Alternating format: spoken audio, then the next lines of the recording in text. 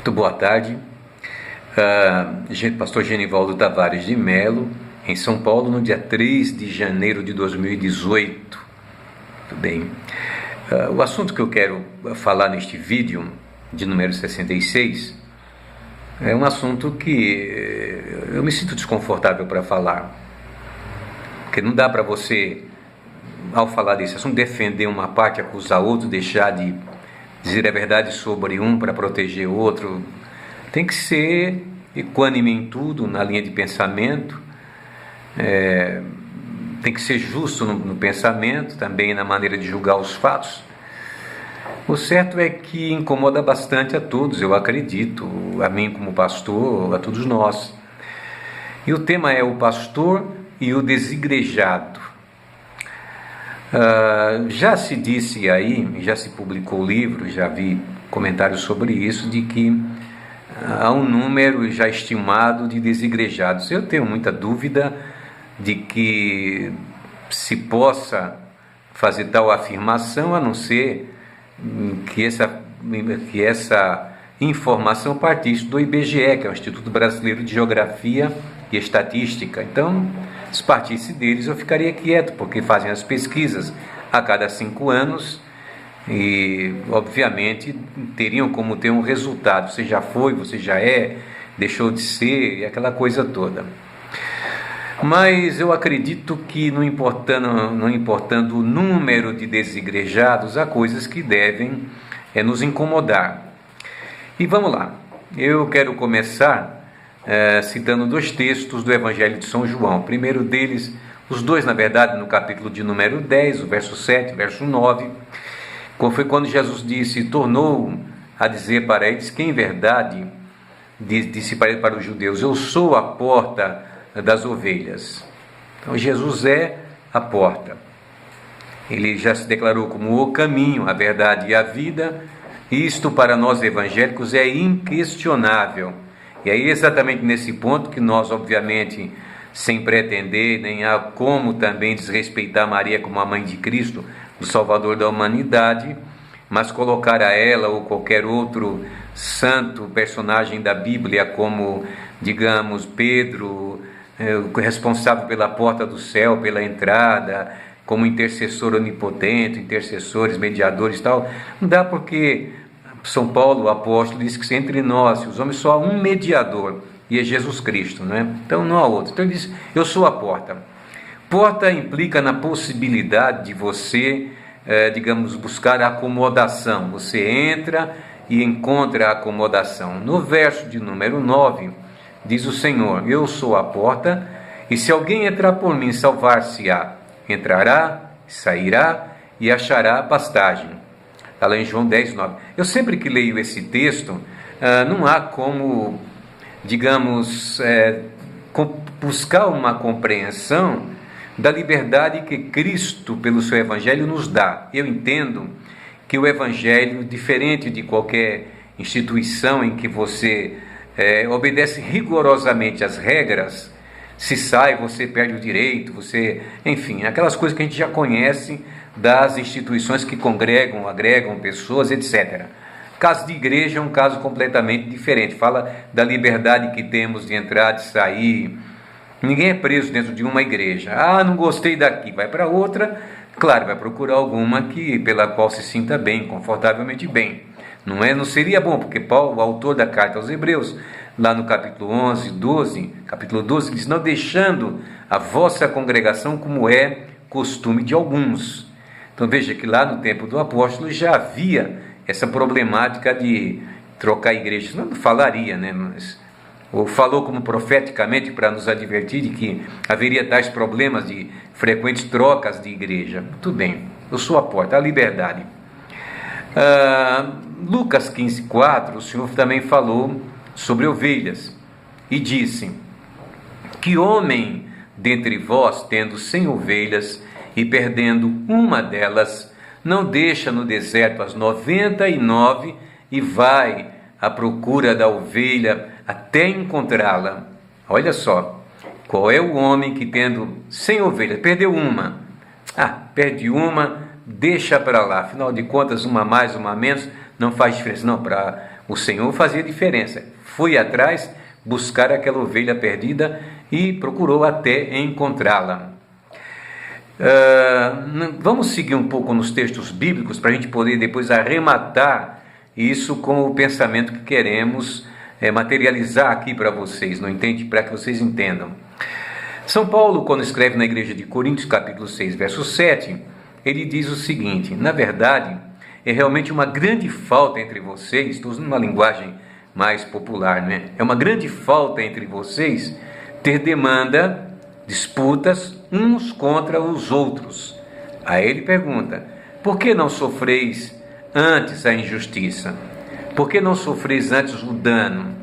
Então eu considero isso bastante sério, porque o maior problema, aliás, eu me lembrei agora de uma frase que a gente eventualmente escuta por aí, né? Sabedoria humana, dizem, né? Que é sabedoria humana, que você quer ter razão ou você quer ser feliz. E eu poderia também dizer, você quer ter razão ou você quer manter a sua paz interior? E vai por aí, você vai desdobrando esse pensamento. Nós conhecemos nossas igrejas. Hoje, por exemplo, elas são completamente diferentes das igrejas que nós vivenciamos há 50 anos atrás, 40 anos atrás, 60 anos atrás. Não é? Hoje é uma festa, tudo é festa, tudo é motivo de festa.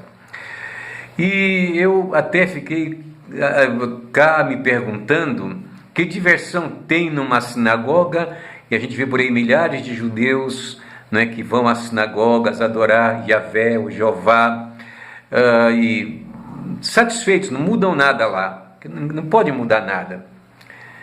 Quantos milhares frequentam as mesquitas islâmicas? Você já viu uma mesquita islâmica?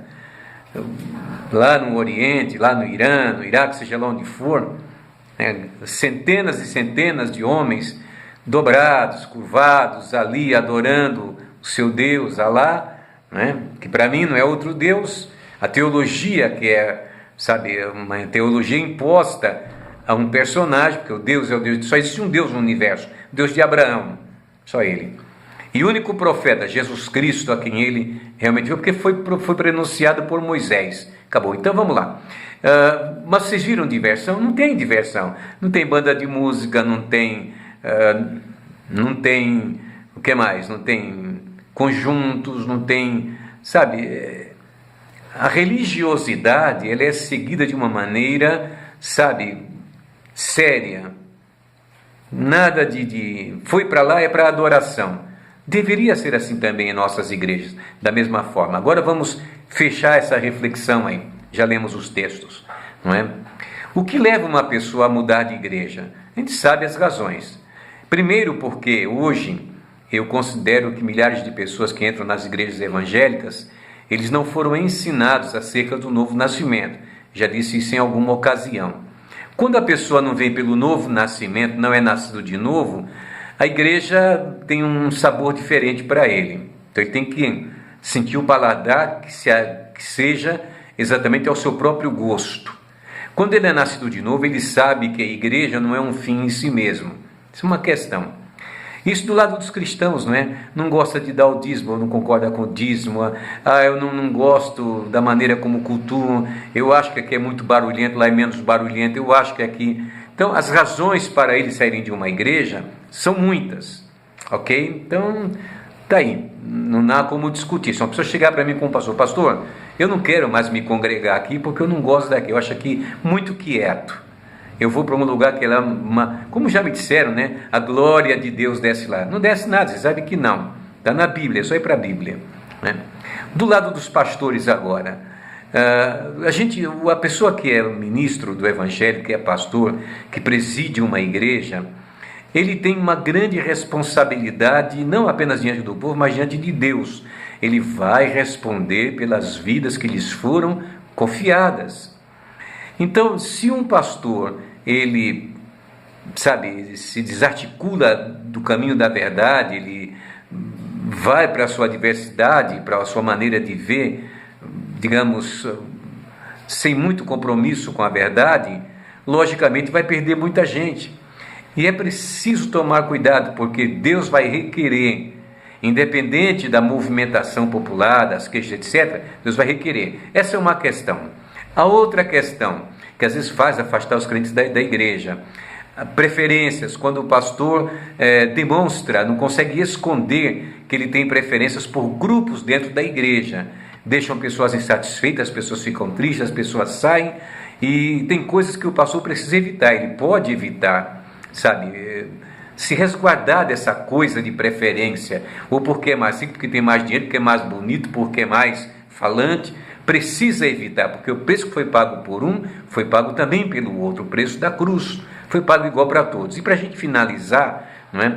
Quando chega época de eleições, porque muita gente não tem coragem de falar para o seu pastor, dizer, pastor, o pessoal não está satisfeito com essa ideia de trazer políticos e pô-los em cima do púlpito da igreja, e eles chegam aqui e dão a paz para a gente e falam coisas bonitas, sai daqui e vai lá para o centro de terreiro, depois vai lá para a igreja católica, depois vai lá para o espiritismo, ele vai para qualquer lugar, porque ele é político, ele quer ganhar votos, não importa com quem. Então deveriam, sabe, ser recebidos como qualquer cidadão, sentam-se lá.